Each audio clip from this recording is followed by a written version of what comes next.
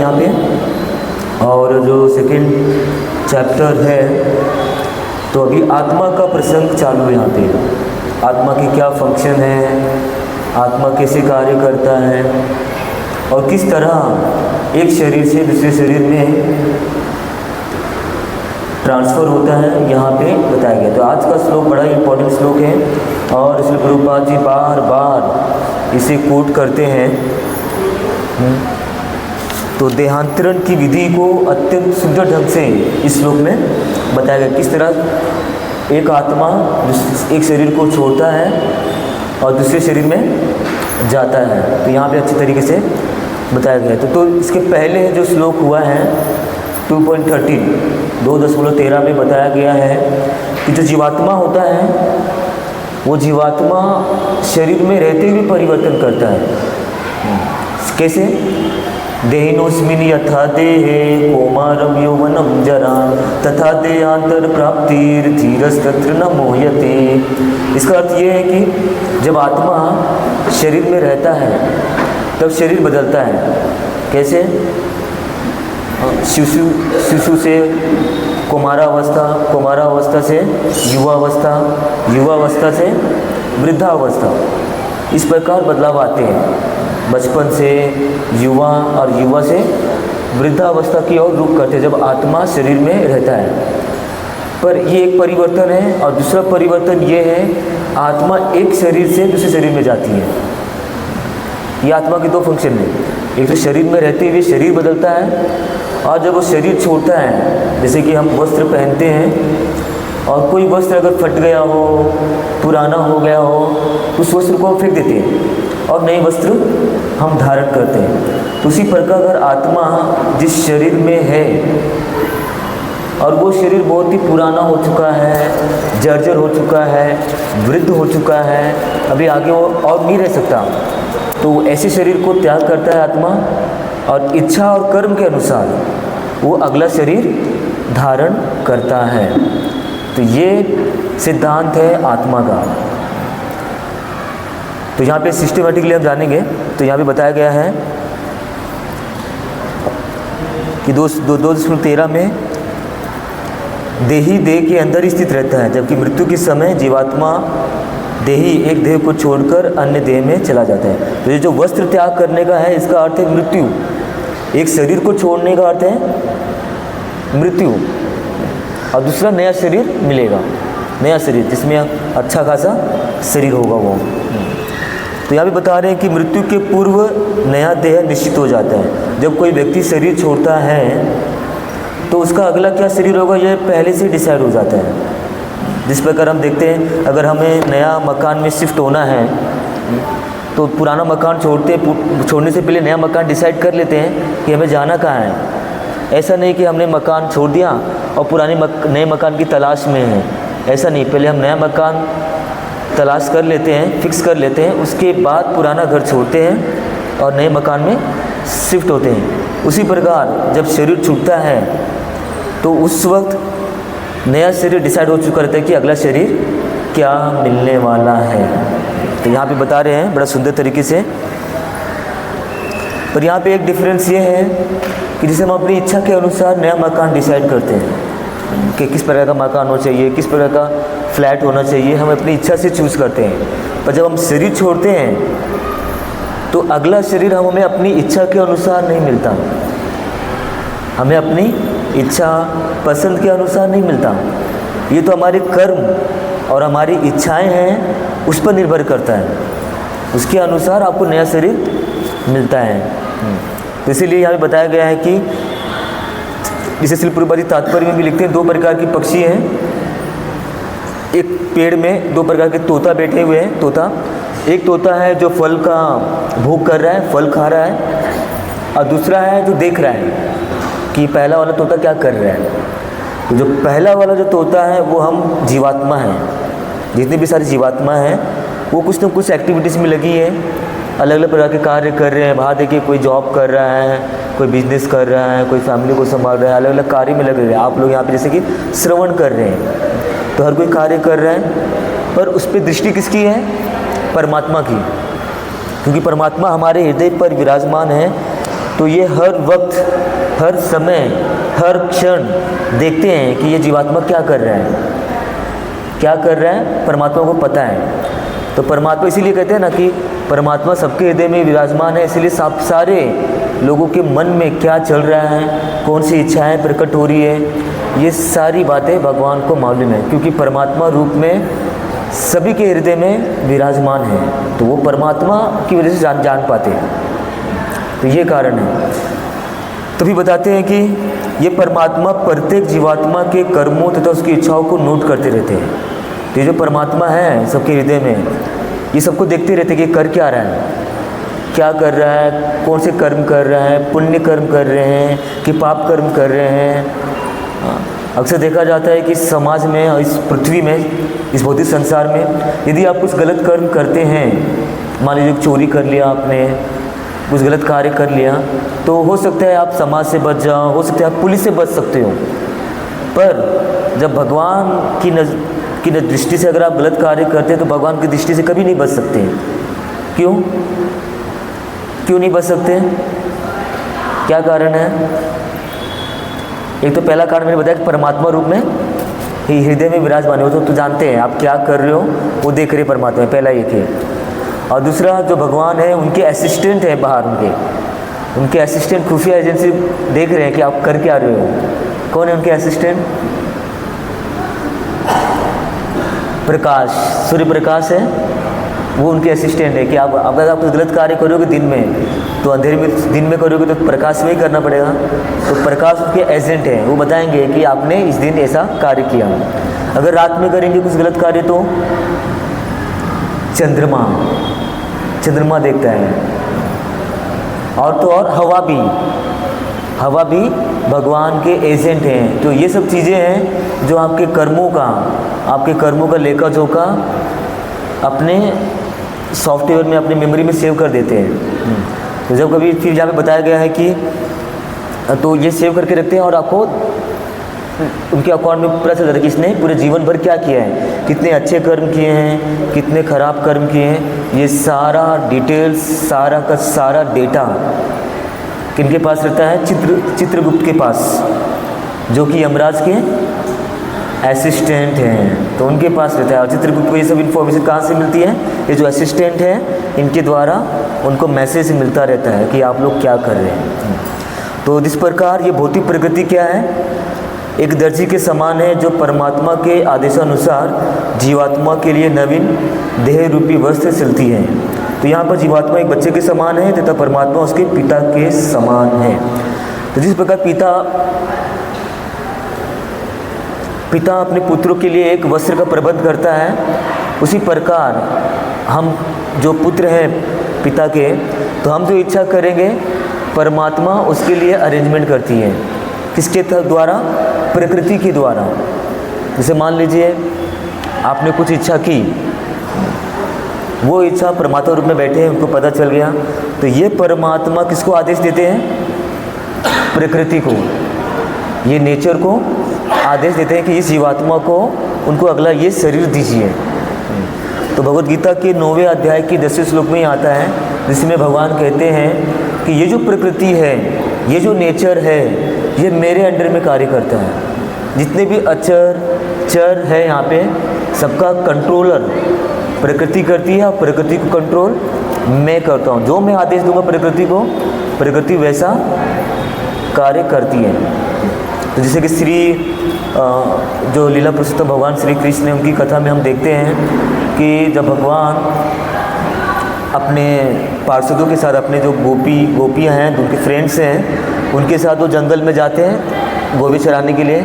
और जब उनके टिफ़िन का समय होता है तो क्या करते हैं, सब लोग कृष्ण विषय में होते हैं और सब वो दोस्त लोग हैं उनके फ्रेंड, उनको घेर के उनको भोजन करवाते हैं। सबके अलग अलग दोस्त होते हैं और सबके अलग अलग दोस्त लोग अपना अपना टिफ़िन लेकर आते हैं घर से, और स्पेशल आइटम मालपुआ, रबड़ी, हलवा, तो ये सब भगवान को खिलाते हैं। तो उसी वक्त क्या हो जाता है, बारिश होने लगती है। बारिश क्या भगवान की इजाज़त के बगैर होती है? नहीं, भगवान के इच्छा के अनुरूप ही होती है। भगवान इच्छा करते हैं तो प्रकृति बारिश करती है। इच्छा के बोलते हैं ना, भगवान की इच्छा के बगैर एक पत्ता भी नहीं हो सकता। तो उसी प्रकार भगवान अभी सब प्रसाद का टाइमिंग चल रहा है, तो भगवान इच्छा करते हैं कि बारिश करो, तो उस वक्त वो बारिश करते हैं, उस वक्त बारिश करते हैं। और फिर सब जो दोस्त हैं यहाँ वहाँ गुफा रहता है तो गुफा में चले जाते हैं। कुछ लोग कृष्ण बलराम होते हैं, वो पेड़ के नीचे ही खड़े होकर वेट कर रहे होते हैं कि बारिश कब जाएगी।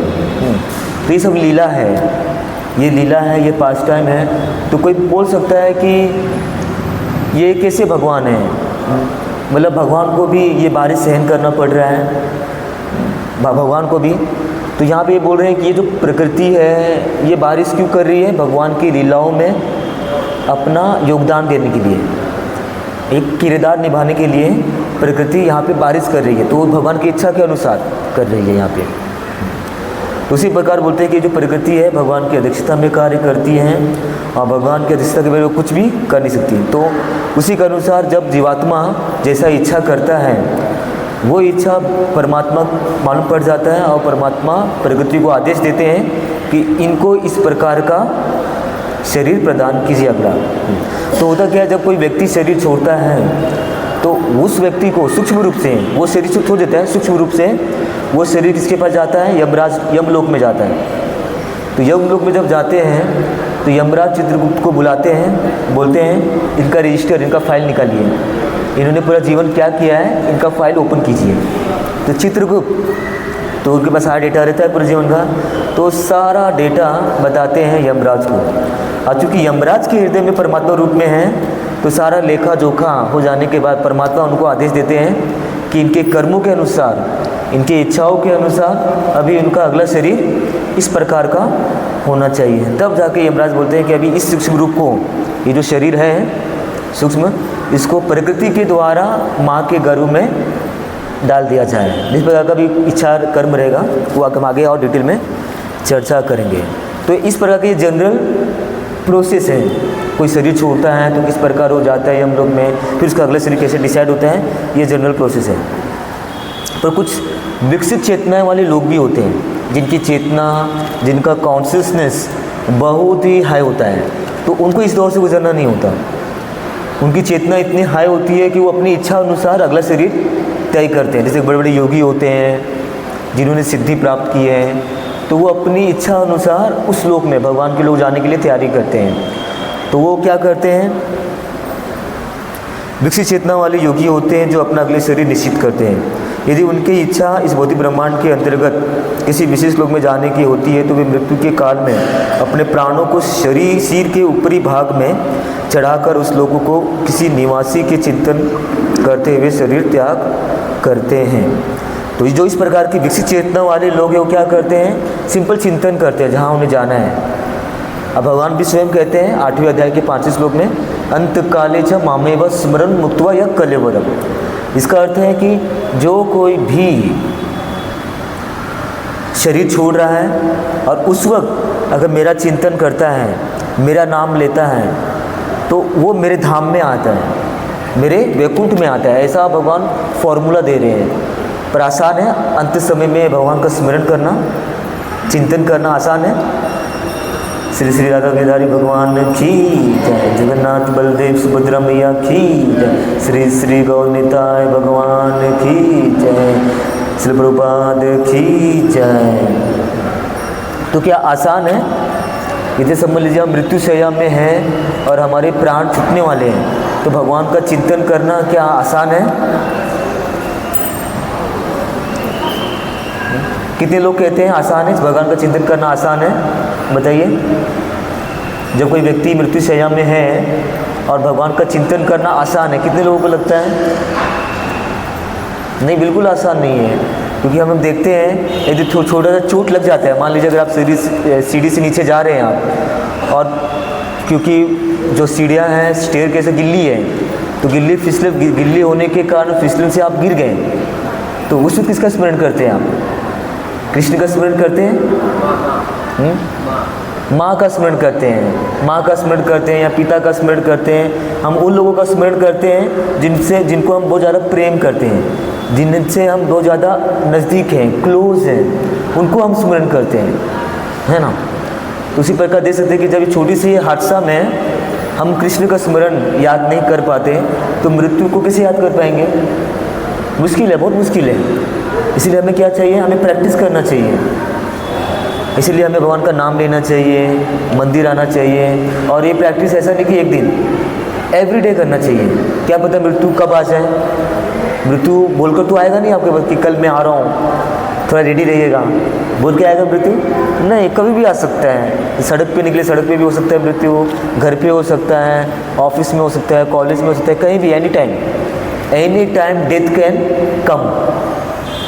ये निश्चित नहीं है कि डेथ कब आएगा, तो इसीलिए भगवान का नाम ले। तो प्रहलाद महाराज यही कह रहे हैं अपने जो वो गुरुकुल में जो उनके असुर छात्र हैं, सहपाठी हैं, वो उनका क्या कहना है गुरुकुल के छात्रों का।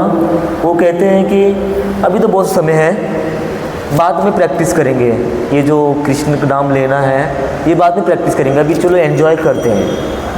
तो यहाँ पे प्रहलाद महाराज वही उपदेश दे रहे हैं उनको, नहीं नहीं नहीं, ये डेथ कभी भी आ सकता है, इसलिए इसकी तैयारी हमें अभी से करनी है। और वो बेस्ट उम्र बताते हैं 5 साल की उम्र से प्रारंभ करना चाहिए।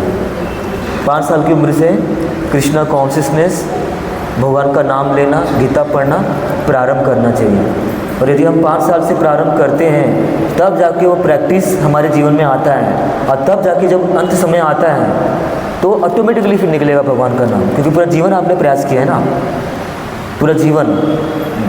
तो ये इस प्रकार का प्रैक्टिस हमें करना चाहिए। और छोटा छोटा जैसे फाइनल एग्ज़ाम होते हैं और फाइनल एग्ज़ाम के पहले यूनिट टेस्ट भी होते हैं, प्रीलिम्स होते हैं, तो उसी प्रकार हमारा जो फाइनल एग्ज़ाम क्या है, डेथ, फाइनल एग्ज़ाम डेथ है। उसके पहले जो यूनिट टेस्ट है, प्रीलिम है, वो क्या है बताइए? हाँ, जैसे कि बीमार पड़ गए आप, किसी बुरी स्थिति में है, चोट लग गया, तो ये सब यूनिट टेस्ट हैं आपके। तो उस वक्त हमें भगवान का नाम लेने का प्रैक्टिस करना चाहिए। जैसे कि हम छींकते हैं, खांसी आती है, तो भी हमें भगवान का नाम लेना चाहिए। इसके बजाय कि हम माँ को पुकारते हैं, माँ को भी लेना चाहिए, पर इसका भी प्रैक्टिस करना चाहिए भगवान का नाम लेने का। कभी कुछ छींक लिए, कहीं चोट लग गई अचानक धक्का लग गया, तो अचानक मुँह में क्या निकालना चाहिए? कृष्ण, राम, जो भी भगवान जितने अवतार हैं, जिनका भी आपका जिनसे ज़्यादा प्रेम है, नाम से विट्ठल। विट्ठल, महाराष्ट्र में विट्ठल को ज़्यादा पूजा किया जाता है, तो विट्ठल का नाम लीजिए। तो ये प्रैक्टिस है, और ये प्रैक्टिस अभी से करना प्रारंभ कर देना चाहिए। जब कभी कुछ अचानक इंसिडेंट होता है, अचानक एक्सीडेंट होता है, तो यहाँ पे यही बोल रहे हैं। तो ये बता रहे हैं कि जो जनरल लोग हैं अगर शरीर छोड़ते हैं तो उनका क्या प्रोसेस है, और अगर कोई विकसित चेतना वाले हैं, कॉन्शियसनेस वाले हैं, तो वो शरीर कैसे छोड़ते हैं, तो क्या गति होती है। तब इसके अलावा भगवान और भी एक फॉर्मूला दे रहे हैं। क्या फॉर्मूला दे रहे हैं? भगवद गीता के 9वें अध्याय के 25वें श्लोक में कि यान्ति देवव्रता देवान् प्रीतन् यान्ति प्रीतव्रता भूतानि यान्ति भूतेजा यान्ति मत याजिनोपि मां। इसमें इसका अर्थ यह है कि यदि आप देवताओं की पूजा करोगे तो आप देवताओं के लोक में वास करोगे, यदि आप पितरों की पूजा करोगे तो आप पितृलोक में जाएंगे आप, यदि आप मेरी पूजा करेंगे, कृष्ण बोल रहे हैं, तो आप मेरे धाम आएंगे। तो यहाँ क्या बोल रहे हैं, एक और चीज़ की, मेरी पूजा कीजिए। तो जाहिर सी बात है, जब हम पूरा जीवन भर भगवान श्री कृष्ण की पूजा करेंगे, आरती करेंगे, नाम लेंगे, तो अंत समय में उनका ही नाम आएगा, क्योंकि पूरा जीवन हमने वही प्रैक्टिस किया है। तो ये एक तरीका ये भी बता रहे हैं कि जिसकी जो पूजा करेगा वो वैसे प्रकार का वैसा डेस्टिनेशन, गंतव्य प्राप्त होगा, वहाँ पे बता रहे हैं। फिर बता रहे हैं कि देह परिवर्तन एक सामान्य घटना है। प्रत्येक सभ्य मनुष्य को वेदों की आज्ञा के अनुसार प्रतिदिन प्रातः स्नान करके धुले हुए वस्त्र धारण करना चाहिए। तो यदि इस श्लोक को शब्द जीर्णानि वांसासी का अर्थ एक दिन के पहने हुए वस्त्र माना जाए तथा नवानी वांसासी का अर्थ धुले हुए वस्त्र माना जाए, तो हम समझ सकते हैं कि जिस प्रकार हम प्रतिदिन वस्त्र बदलते हैं उसी प्रकार सभी जीव अपना शरीर बदलते रहते हैं, और इस विषय में शोक करने की आवश्यकता नहीं। तो यदि कोई वस्त्र बदलता है तो हम शोक करते हैं नहीं, तो इसी प्रकार हमें भी जब कोई शरीर छोड़ता है तो शोक करने की आवश्यकता नहीं। इसका अर्थ ये है कि जो नया शरीर इसको मिलेगा। प्रायः क्या होता है, जब किसी के फैमिली में कोई शरीर छोड़ता है तो एक शोक का वातावरण क्रिएट हो जाता है, और जो उनके आसपास पूरा शोक का वातावरण होता है, और जो उनके सगे संबंधी होते हैं, जो एकदम खास होते हैं, जो क्लोज होते हैं, वो रोते हैं, बिलखते हैं, क्योंकि वो छोड़ के चले गए।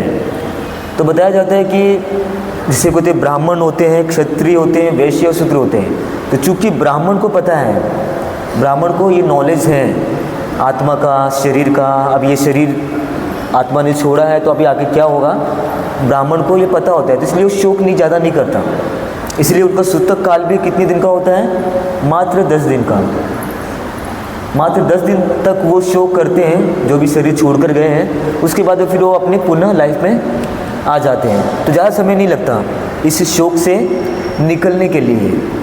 पर इसके अलावा जो क्षत्रिय हैं उन्हें कितना दिन लगता है, 12 दिन, और वैश्य को 15 दिन, और शूद्र जो सबसे नीचे स्तर पे आते हैं उनको लगभग 30 दिन लगते हैं इस स्थिति से बाहर निकलने के लिए।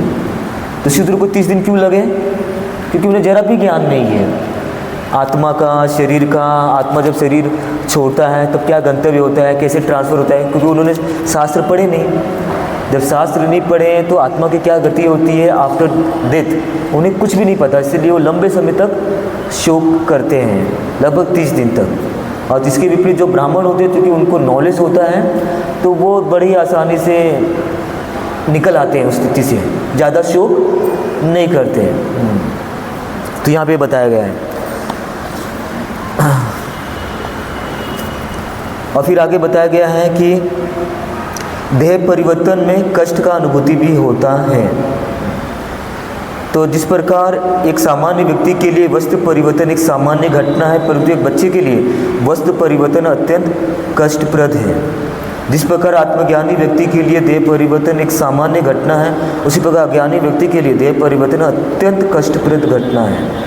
तो यहाँ पे वही बता रहे, जैसे कि अभी हमने चर्चा की कि जो जिन्हें ज्ञान नहीं है, जिन्हें नॉलेज नहीं है आत्मा के फंक्शन के बारे में, आत्मा की गति के बारे में, आत्मा के लक्षण के बारे में, तो उन्हें बड़ा कष्ट होता है जब कोई व्यक्ति शरीर छोड़ता है। पर इसके विरुद्ध जिनको पता है, जैसे कि यहाँ बताया आत्मज्ञानी लोगों को पता होता है, तो इस पर ज़्यादा वो शोक नहीं करते। जिस प्रकार जैसे कि एक माँ है, एक माँ बच्चे के शरीर से पुराना वस्त्र निकालती है और नए वस्त्र पहनाती है। तो जब पुराने वस्त्र निकालते हैं बच्चे से, तो बच्चा थोड़ा कष्ट अनुभव करता है, बच्चा रोता है, क्योंकि उसको वो उस वस्त्र के प्रति उसकी आसक्ति हो जाती है, अटैचमेंट हो जाता है, वो छोड़ना नहीं चाहता। तो फिर भी माता ज़बरदस्ती निकालती है और उसे नया वस्त्र देती है। तो उसी प्रकार जब ये प्रकृति है जो माता के समान है, जब कोई किसी का शरीर वृद्ध हो जाता है, जीर्ण हो जाता है, तो ये प्रकृति शरीर छोड़ती है, पर जीव छोड़ना नहीं चाहता। कितना भी बुढ़ा हो जाए वो जानबूझ के शरीर छोड़ना नहीं चाहता, तो प्रकृति उसे छीनती है। जिस प्रकार माता शरीर से, बच्चे के शरीर से वस्त्र निकालती है तो बच्चे को कष्ट होता है और छोड़ना नहीं चाहता, उसी प्रकार प्रकृति रूपी जो माता है वो शरीर से आत्मा को निकालती है, पर आत्मा शरीर छोड़ना नहीं चाहता, क्योंकि शरीर के प्रति उसकी बहुत ही आसक्ति हो जाती है, अटैचमेंट हो जाता है, तो उसी प्रकार कष्ट का अनुभव करता है यहाँ पे। तो यहाँ पे बताया जा रहा है।